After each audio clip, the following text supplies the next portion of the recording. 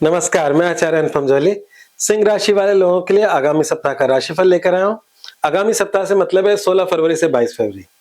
जहां तक ग्रहों के संचरण की बात करें तो चंद्रमा मकर राशि से मेष राशि तक संचरण करेंगे और राहु शुक्र सूर्य बुध कुंभ राशि में है और जो मंगल है जो मकर राशि में है वो भी 23 फरवरी 11:50 पे कुंभ राशि में आ जाएंगे और शनिदेव मीन राशि में है ही और गुरुदेव मिथुन में है और केतु सिंह में है।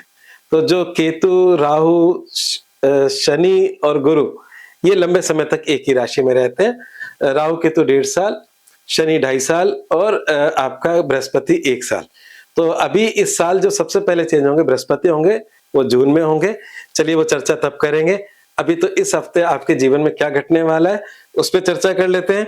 और उस चर्चा में जो शुरुआत करता हूं, जो मेरे 3 मुख्य पॉइंट होते हैं, किन दिनों में सावधान रहे, इस हफ्ते को शुभ करने के लिए क्या उपाय करें और मूल मंत्र क्या है। तो सबसे पहले चंद्रमा के गोचर में अगर हम देखें तो छठा चंद्रमा गोचर का अच्छा होता है, कुंडली में अच्छा नहीं होता। गोचर का बहुत आपको शक्ति देता है, आपको शत्रुओं से बचाता है, स्वास्थ्य देता है। मतलब छठा घर ज्योतिष में रोग ऋण और रिपु बीमारी उधारी शत्रुता कोर्ट कचहरी की होती है, परंतु गोचर का चंद्रमा आपको आपकी राशि से छठा चंद्रमा आपको इन सब पे विजय दिलाता है। तो इसलिए शुरुआत आपकी सशक्त हो रही है, स्ट्रोंग हो रही है। और सातवां चंद्रमा भी मौज शौक में जीवन व्यतीत करता है, जीवन साथी का सहयोग प्राप्त होता है।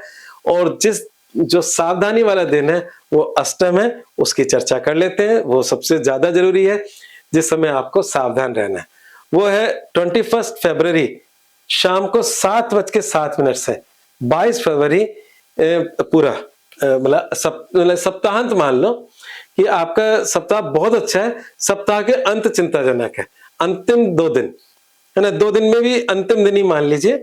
तो अंतिम दिन आपके लिए चिंताजनक है, उस दिन कोई भी बड़ा जोखिम ना ले। ठीक है, अब बात करते हैं स्वास्थ्य को लेकर। तो स्वास्थ्य के लिहाज से समय अच्छा है, उसमें कोई चिंता की बात नहीं है। आपकी राशि से लंबे समय से केतु गुजर रहे हैं और केतु अनावश्यक गुस्सा क्रोध देते हैं और उसका भी असर स्वास्थ्य पे पड़ता ही है।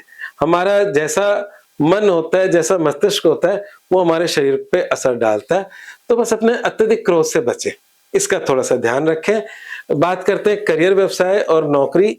तो इसमें मैं अगर व्यवसाय से संबंधित लंबे समय से अगर मैं कह रहा था कि थोड़ी सी दिक्कतें हैं, कोई बड़ा रिस्क ना लीजिए, वो दिक्कतें इस हफ्ते समाप्त हो जाएंगी। इस हफ्ते ये जो मंगल है ये भी कुंभ राशि में आ जाएंगे और जो व्यवसाय वाले लोग हैं उनका जो नुकसान वाली बातें हैं वो कम हो रही हैं। नए ऑप्शंस आ रहे हैं, मतलब बिजनेस के नए ऑप्शंस मिल रहे हैं और एक मैं कहूँ जो पार्टनरशिप के ऑफर होते हैं वो भी आपको प्राप्त होंगे। निर्णय आपको लेना होगा, पर इस समय बिजनेस के नए नए ऑफर नवीन सूचनाएं या आपके आइडियाज, ये सब का समय होगा। इस समय बढ़ोतरी होगी। करियर के लिहाज से समय ठीक ठाक है और नौकरी के लिहाज से, पर बिजनेस के लिहाज से कुछ बढ़ोतरी वाला समय है। और प्रेम संबंधों की बात करें तो प्रेम संबंधों में बृहस्पति का आशीर्वाद आपके प्रेम संबंधों पर है। शिक्षा के अंदर भी बृहस्पति का आशीर्वाद है। तो यहाँ पर जो विद्यार्थी वर्ग है उनके लिए समय ठीक ही चल रहा है, जून तक समय अच्छा है।